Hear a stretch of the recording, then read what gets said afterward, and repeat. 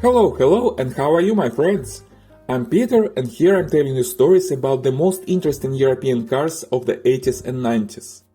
Today we are talking about probably the most underrated Lotus, Lotus Excel. But before we start, don't forget to subscribe to my channel to never miss a new video. And if you already subscribed, thank you so much. Now, let's get back to the car. Lotus Excel was produced from 1982 to 1992. And only a little more than 2000 cars were built during those 10 years. It was a good car, but it always was and is in a shadow of the famous Lotus Esprit, which we will definitely talk about someday. So the Excel wasn't very popular and still is a little underrated. The Lotus Excel was developed as a replacement for Lotus Eclat, also known as Lotus Sprint, produced between 1975 and 1982. For the first years, the Excel was sold as Lotus Eclat Excel, but the Eclat part of the name was eventually dropped in 1984, and the car was called just Excel since then. The Excel was designed by Oliver Winterbottom, who also designed the same Lotus Eclat and TVR Tasmin. The beginning of the 80s was a very difficult time for Lotus. The sales catastrophically dropped, and the company was deeply in debt. In addition, the company and Colin Chapman personally were involved in a tax avoidance scandal related to the development of DeLorean and shady payments for these works. The situation was more or less improved by the partnership with Toyota.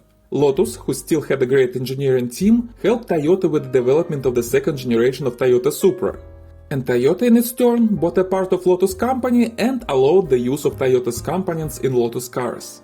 So the new Lotus Excel combined the Lotus platform and Lotus engine with a drivetrain, transmission and partially suspension of Toyota Supra. And this actually gave a very good result. The car was nice, great driving and very reliable. The body of this two-door coupe with 4 seats was made of fiberglass.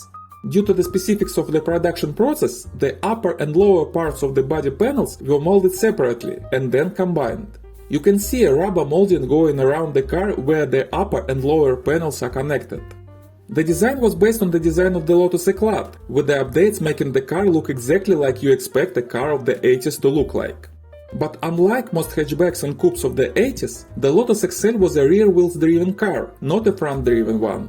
This gave the car a specific handling that actually was very good.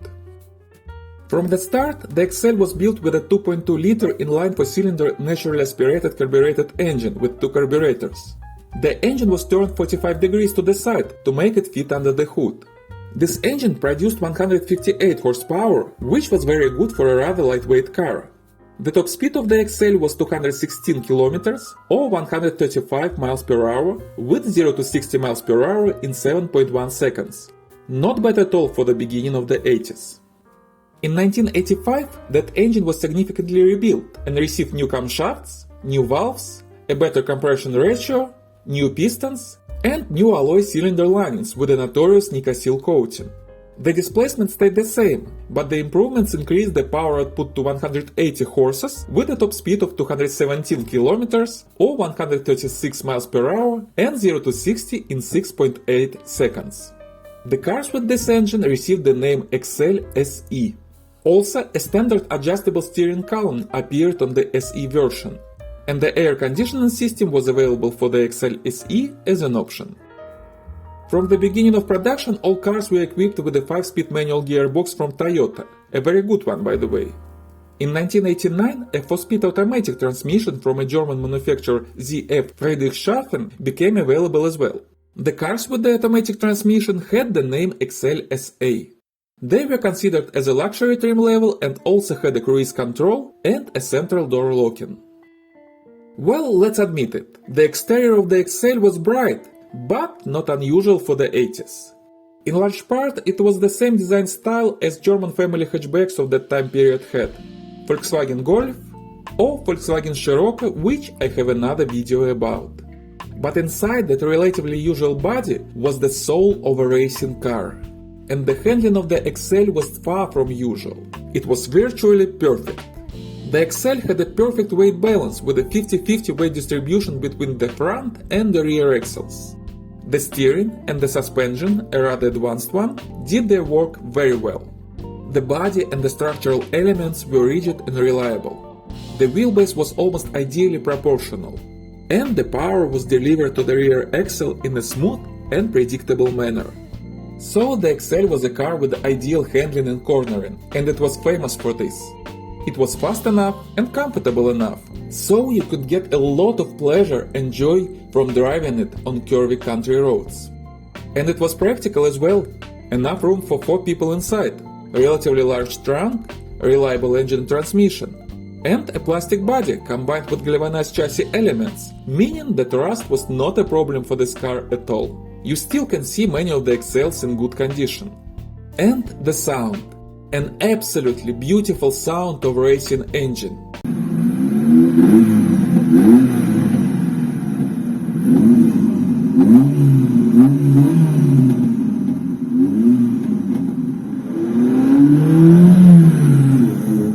This was probably the best handling and sounding European car of the first half of the 80s.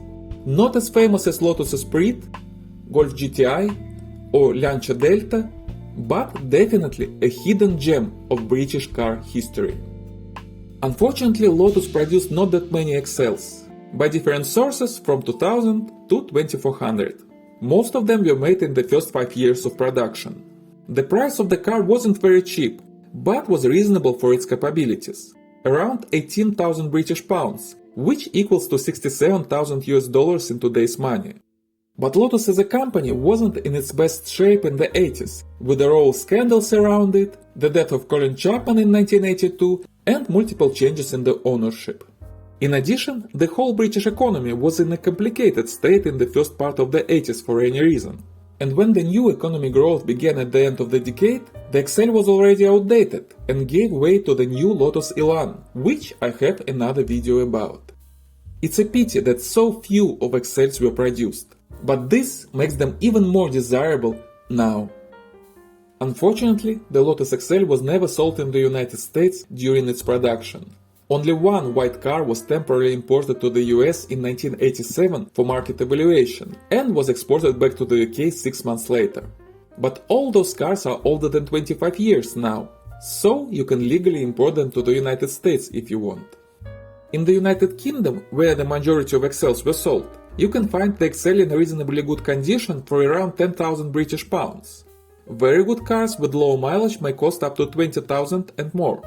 But cars requiring some TLC and restoration may be found for just 2-3,000 pounds. In continental Europe, the asking prices for cars in good condition are from 16 to 25,000 euros now. But the Excel is a rare animal these days, and there is not a wide choice of options. I do believe that those prices are very reasonable for one of the best handling cars in history and one of the most interesting and rare Lotuses. They will inevitably become more rare and more expensive, so if you do want one, there is no reason to wait. Even as a restoration project, this car may be very interesting. Well, thank you very much for watching. If you owned or drove Lotus Excel, please tell me about your experience in the comments below. Thank you so much for your stories and thoughts. And if you like this video, please give me a thumbs up and subscribe to the channel. New interesting stories are coming soon. Thank you so much, my friends, and see you next time.